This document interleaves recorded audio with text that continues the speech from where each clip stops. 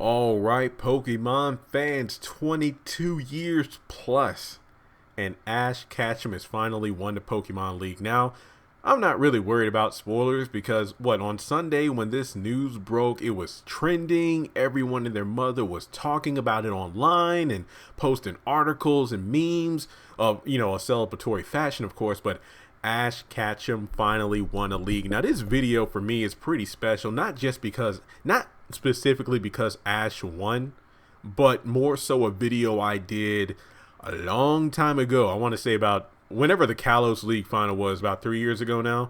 I don't know what channel I'm going to post this on, either Pokemon, the series review, or the Haves and Have-Nots review. But in any case, the video I did was about Ash losing to Alon, and it was a rant video. It was my first video that blew up. And when I say blew up, I want to say hit about 10 or 30,000 hits in a matter of days. This was when I was still working at the call center. I really didn't know what I had with my YouTube channel, but it was pretty much a big deal for me.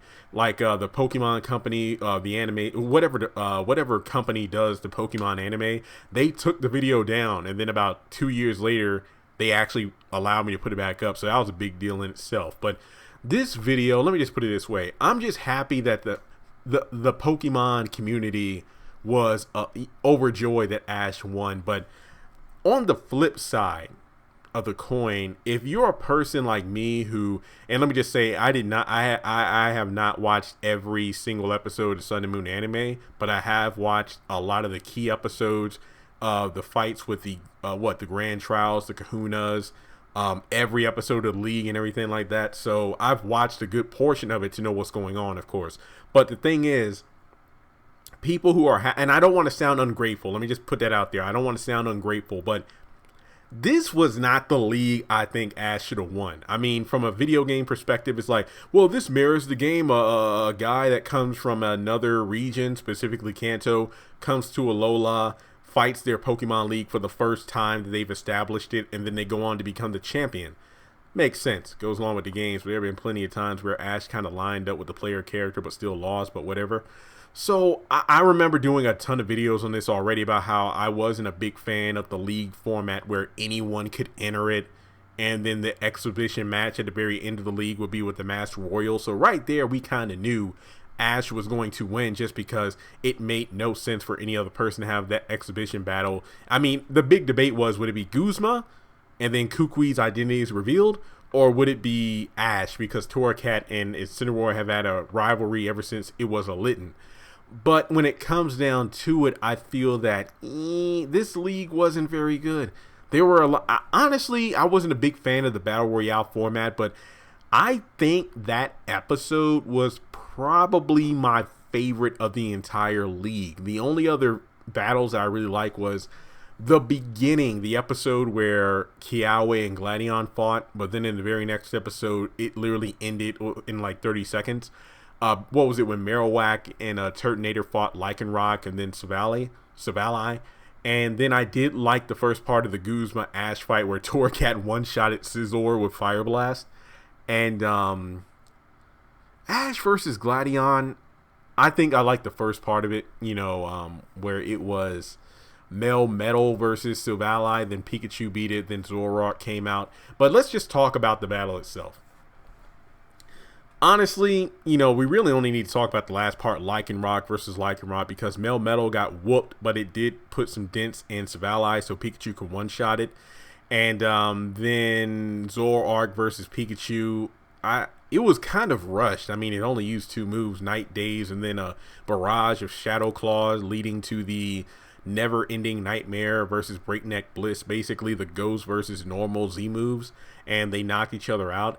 And then Lycanroc versus Lycanroc, and this is probably one of the worst things about the league I hated. It's like we just got a spamming, and I know you have to reuse animation shots and whatnot for budget reasons, and also because some of these Pokemon's moves pools are very limited. But to just see a spamming of Stone Edge, Counter, Accelerock, blah blah blah blah blah, it got old fast. Not to mention Ash's Lycanroc taking so many hits. I think it took 3 counterattacks, and then all of a sudden it defeated Okay, some people, I've read some of the forums on Bulba Garden, and some people have tried to explain it, but I have no earthly idea how you can use counter on counter. And yes, I know the anime and game logics are not one and the same. I know this, but to it doesn't make sense. I mean, it would be different if, let's say, oh, Lycanroc used payback, and then Ash's Lycanroc used counter on the payback. Okay, that makes sense, but counter on counter, that made no sense to me. And not to mention, it seemed like Gladion's Lycanroc took way.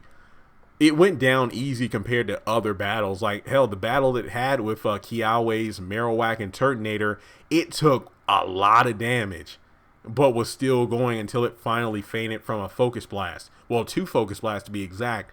But with Ash's Lycanroc, I was thinking the battle would have come down to a Z move, but it didn't. I mean, the Z moves were used for Pikachu and Zoroark, but I think this episode, and it wasn't a terrible battle. Let me just say, and I know you can't have your cake and eat it too, but the Alola League for me was a joke because, number one, anyone could enter. Ash and Gladion, to my knowledge, aside from Kiawe, we know he at least completed Olivia's trial, so that was 1 trial. But Ash and Gladion were the only 2 trainers, to my knowledge, who completed all the grand trials and whatnot, so it made sense that they were in the top 2. But then to have their final battle be a 3-on-3 instead of a 6-on-6 that did seem pretty rushed was very sad to me, because the first 2 rounds, top 16 and top 8, were 1-on-1. Then the top 8 battle was 2-on-2. Wait, hang on. 1-on-1. Yeah, the top 8 competitor. No, excuse me. 16 and 8. Those were both 1-on-1. Then the top 4 was 2-on-2, and then the top 2 was 3-on-3, and then the exhibition match is 6-on-6. But a lot of people cheering for Ash, people who gave up on the anime, and trust and believe. I said this during my XYZ rant when Ash lost to Alon. I thought, we got the 20th anniversary of Pokemon. Pokemon Go has created a huge increase in interest in the franchise amongst people, from my age group, who were kids when Pokemon first debuted, but then they fell out of the series because they got older. They just got sick of Ash losing all the time. And then to actually have him with Ash Greninja, he's doing extremely well in the Pokemon League, some epic battles. It seemed like he was really going to win. And then they actually had him lose in the finals, even though he made it to the finals for the first time. So a lot of people were turned off. Then, the Sun and Moon anime is announced, and then people look at the animation and art style, just automatically turned away from the series before it even began. So to actually have the opportunity to put Ash in the finals once again with a lackluster team, Melmetal and the Lycanroc and Pikachu are cool, but I mean Torracat is as well. But Rowlet, after that whole fake out defeat to House Decidueye, this league was a joke. Not to mention the first battle with Fabu, where Meltan ate Hypno's Pendulum and then literally one-shotted it with a flash cannon. Hypno went down. This league was a joke. The only 2 battles that Ash had that were actually good were against Guzma and then this one with Gladion. But even the Guzma fight, most of that battle, especially Pikachu versus Golisopod, was just flashbacks of Guzma's, personality and how he is the way he is, and then coming to understand that he has to give it his all instead of running away. And then you flash forward to the Lycanroc battle, and then most of the battle was flashbacks between Rockruff and Lycanroc and their rivalry as they battle all the time, but Ash's Lycanroc never won. And again, just a spamming of moves. This wasn't a good battle. It wasn't a good league. There's no Elite Four. We don't know what's next. I think we all know what's going to happen. It's going to be a great 6-on-6 battle between Ash and the Masked Royal. Maybe Torracat will evolve to Incineroar. I don't know for sure.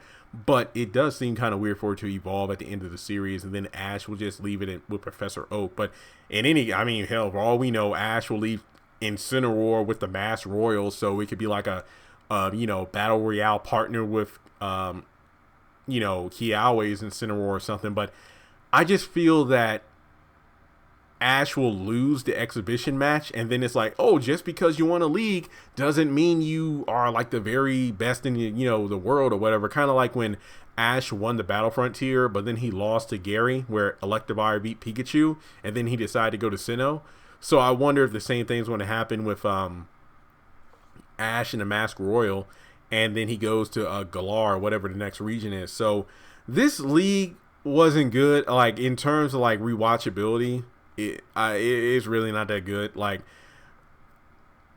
I'm not going to say it was worse than Black and White, even when Ash lost to Cameron, one of the worst battles in anime history.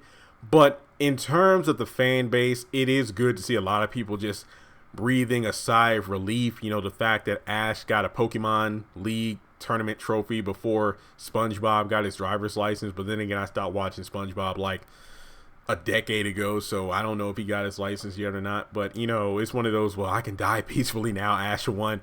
Once again, like, in terms of someone who kept up with the Sun and Moon series and whatnot and the league, kind of a lackluster win. Ash has had better, this sounds bad, but Ash has had better battles in leagues where he has lost than this battle he had with Gladion. And I know that's saying something, but I feel like in terms of the fan base, in terms of getting people what they want, overall, good job, Ash. I will be watching the episode when it comes out in the English dub, even though I hate the English dub. Probably will rewatch the episode later today if I'm up for it, but yeah, he's had better battles, definitely. But with that being said, you know, let me know what you think as a Pokemon fan, or let's say if you were a fan, but you kind of fell out the franchise, but you kind of stopped in every now and then, like, oh, Pokemon Go and Pokemon Let's Go and whatnot. I think the fan base is generally happy, but, you know, in terms of people who've actually followed the series, not just checked in every once in a while, you know, it is disappointing, but yeah, I'm just happy for the kid. It is kind of lackluster as well because Ash, Misty and Brock, I believe they popped up in Alola on 2 occasions. So Ash's mom and Professor Oak came to see the final round, but it's like, why couldn't Misty and Brock come as well, if not just show them on the TV? Because this is a big deal. Ash made it to the final round. I mean, I felt the same way in the X and Y and Z series where we didn't even get cameos from anyone, like, you know, Misty, Brock, Ash's mom, Professor Oak, nobody watching on TV. And it's like, yo, this, I mean, you would think Misty would be watching because, look, you know, it's great you have a Mega Gyarados, but guess what? Ash, because you're a water Pokemon specialist, but Ash is such a great bond with his Greninja, they have an entirely new form change, so you would think that would be cool. Not to mention have Iris watching the supposed dragon, dragon master in training. Ash has 2 dragon types that are fully evolved, so yeah. But with that being said, guys, again, congratulations to Ash Ketchum. I'm very interested to see what his story is going to be moving forward in terms of the next batch of the anime. I do think he's going to lose the 6-on-6 battle with the Mask Royal, even though it would be cool to see him win. But with that being said, did you watch the battle? If you did, do you think it's as lackluster as I thought it was? What do you think? I mean, honestly, like, what's the next big cartoon thing? Like, you know, what event in an animated series that we grew up watching hasn't happened yet that we want to happen? Because once, I guess the only thing is evolving Pikachu, but that's never going to happen. So, yeah. So be sure to subscribe if you're new. Let me know your thoughts on the league battle if you've watched it.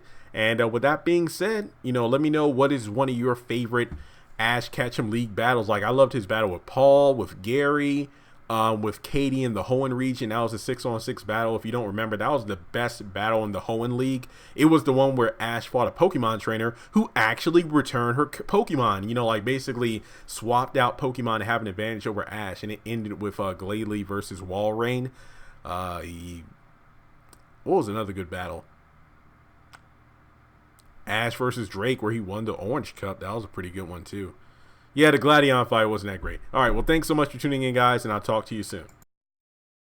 Congratulations on making it to the end of this video. If you like what you just saw, make sure to hit the thumbs up button, or if you have anything you would like to add to the video, make sure to leave your thoughts in the comment section below. If you want to keep up with me on social media, go to the description box. All of my links for social media are right there.